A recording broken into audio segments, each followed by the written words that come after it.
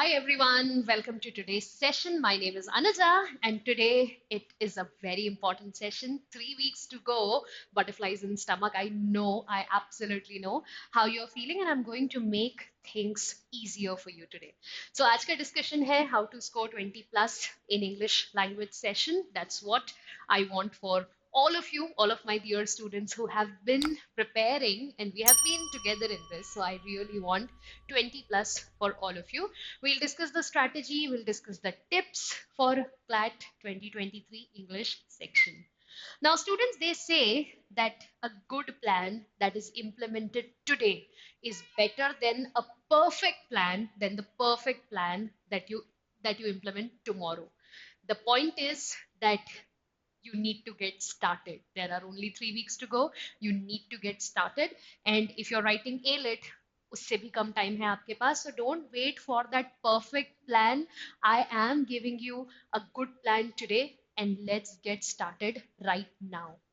They also say that anything seems very difficult, in fact impossible, until it's done. When it's done, you feel, oh, that's done, that's over, right? It wasn't that difficult. So वही attitude लेके चलना है कि अभी मुश्किल लग रहा है, लगेगा, बट आई नो कि ये मैं कर सकता हूँ.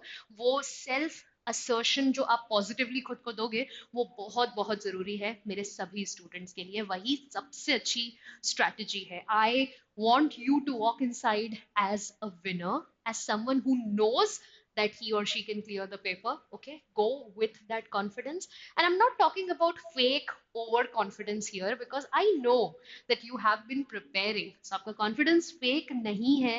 आप जब उस thought के साथ जाओगे कि CLAT is an easy paper, I am capable, I am prepared, I'm going to do this, तो वो best strategy रहेगी. और ये जो काउंट डाउन वाला टाइम होता है ना, इतने डेज टू गो, इतने वीक्स टू गो, ये वैसे ही बहुत टफ होता है. It's hello, but they say if you are going through hell, keep going, right? You keep going and you will be out of it. So वही option है हमारे पास कि हम ये फेज निकालें और बहुत ही पॉजिटिवली निकालें. तो क्या क्या कर सकते हैं ताकि एक अच्छा स्कोर आ सके? और अच्छा स्कोर, सेफ स्कोर 20 के अराउंड होगा ऐसा मुझे लगता है. बट पहले ही डिस्क्लेमर बता दूं कि ये डिपेंड करता है पेपर के ऊपर. ठीक है, तो उस समय एनालिसिस करने कोई नहीं बैठेगा कि मैम ने कहा था 20 प्लस लाना है, अब मेरे 20 तो आ नहीं रहे हैं. Don't do all of that. वो सब हम बाद में करेंगे जब तुम क्लैट लिख के आ जाओगे. Same day I meet you on YouTube और हम वो सब करेंगे. बट उस समय पेपर को एनालाइज नहीं करना है. ठीक है, तो चलिए. हाउ टू स्कोर 20 प्लस में सबसे पहली चीज जो मुझे आपसे कहनी है वो ये है कि आपके दिमाग में एक एब्सोल्यूट क्लैरिटी होना जरूरी है on question types and strategies, कि कैसे क्वेश्चंस आते हैं.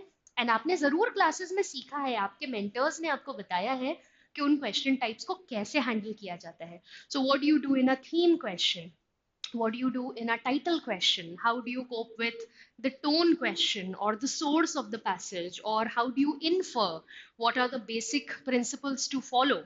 वो सारी चीजें जहां भी लिखी हैं रिवाइज करो, निकालो, एनालिसिस करो और एब्सोल्यूट क्लैरिटी रख के जाओ. यही है प्रोएक्टिव होना, यही है बेटर प्रिपेयर्ड होना. और गुड को हमें तब तक इम्प्रूव करते जाना चाहिए तब तक वो बेटर ना हो जाए, और बेटर को तब तक जब तक वो बेस्ट ना हो जाए, राइट? तो एब्सोल्यूट क्लैरिटी रखो कि क्या क्या क्वेश्चन टाइप्स आने वाले हैं. पता है कि रीडिंग कॉम्प्रिहेंशन आएगा, पता है कि फिगर ऑफ स्पीच आएगा, कॉन्टेक्चुअल वोकैबुलरी आएगा, ग्रामर का मे भी कुछ थोड़ा कॉन्सेप्ट आ सकता है, थीम क्वेश्चन आएगा, टोन क्वेश्चन आएगा. तो इनके लिए क्या क्या रिवाइज करना है मुझे, क्या क्या स्ट्रैटेजी सिखाई गई थी, पहले क्या करते हैं, पैसेज के कौन से पार्ट से कौन सा आंसर निकालते हैं, ये सब तुम्हें पता है. सिर्फ उसे रिकॉल करके दिमाग में सेट करके रखो, ताकि उस दिन बस यही काम है कि मुझे पता है क्या करना है, I just have to do it. है ना? ऑलरेडी सिंपल लगने लगा. तो ये है पहली चीज. दूसरी चीज है टाइम मैनेजमेंट.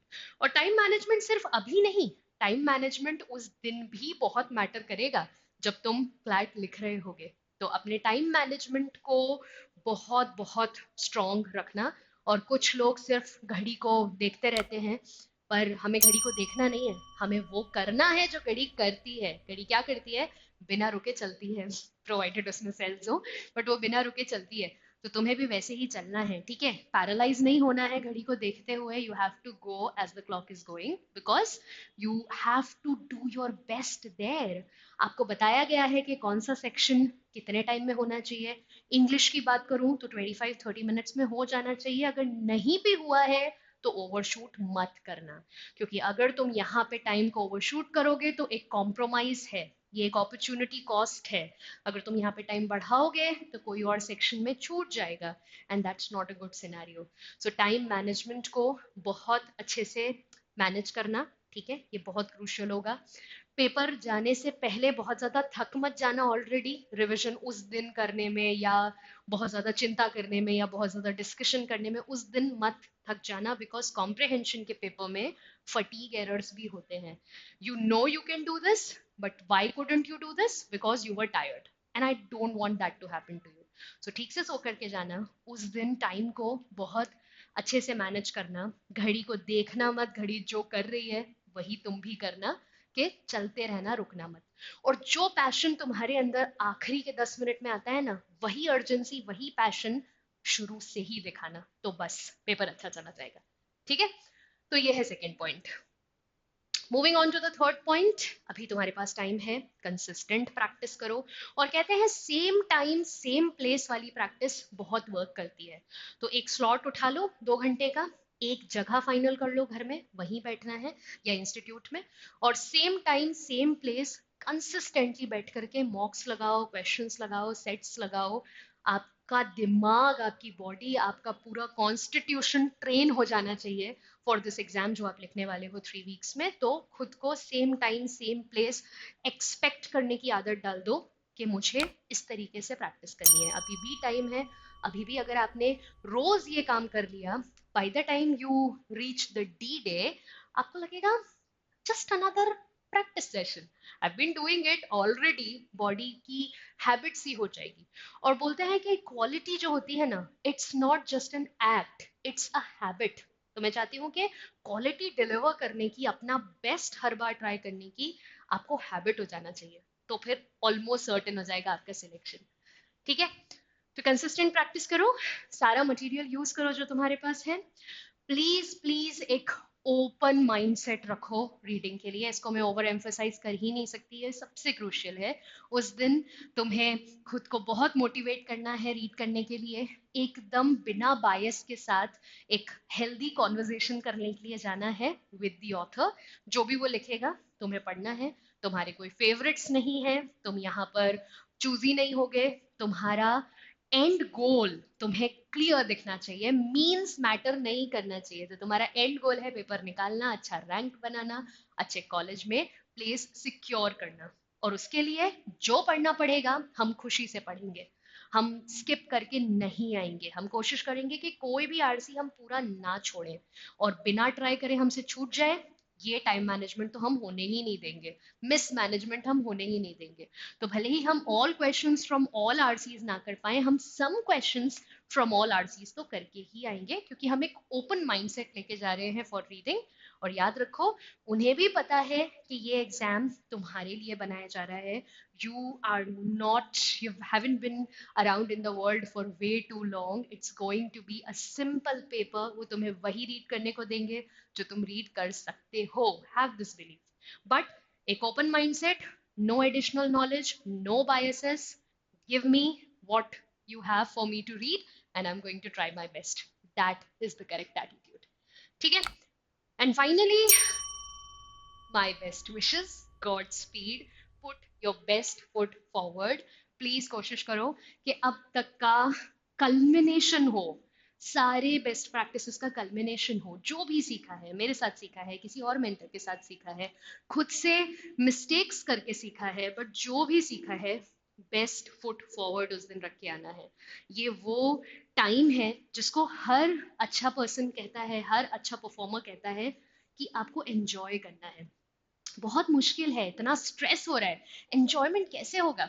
बट एंजॉय करने का मतलब है कि और कोई चीज दिमाग में चलनी नहीं चाहिए. I will be completely devoted to the cause, and the cause at present is to solve these questions. So मैं उसी पे पूरा फोकस करूंगा. I really don't want to have any regrets. कोई अगर मुझसे पूछे कि क्या तुमने आखिरी के 3 हफ्तों में अपना बेस्ट दे दिया था, तो answer should be a definite yes. और याद रखना, आपका बेस्ट फुट फॉरवर्ड तभी आएगा जब आपका रिविजन सॉलिड हो. तो इंग्लिश की बात करूं तो जितने भी वोकेबलरी वर्ड्स सीखे हैं, जितने भी टेक्निक्स सीखे हैं, जितने भी ग्रामर कॉन्सेप्ट्स पता करे हैं, जो भी नोट्स बनाए हैं क्लास में यूट्यूब पे, अदरवाइज सब कुछ मल्टीपल टाइम्स रिवाइज करके जाओ. उस दिन तुम बिल्ड करोगे on the shoulder of what ever you have developed till now. ठीक है, मेरे बेस्ट विशेस तुम्हारे साथ हैं. मैं तुम्हें एनालिसिस के दौरान फिर से मिलूंगी जब हम क्लैट को डिस्कस करेंगे साथ में. बट प्लीज अपनी तरफ से बेस्ट परफॉर्म करके आना. आई नो फॉर श्योर कि तुम बहुत अच्छा परफॉर्म करने वाले हो. ठीक है, on that note, all the very best. I hope this was helpful. Let me know if you need any help. Bye bye.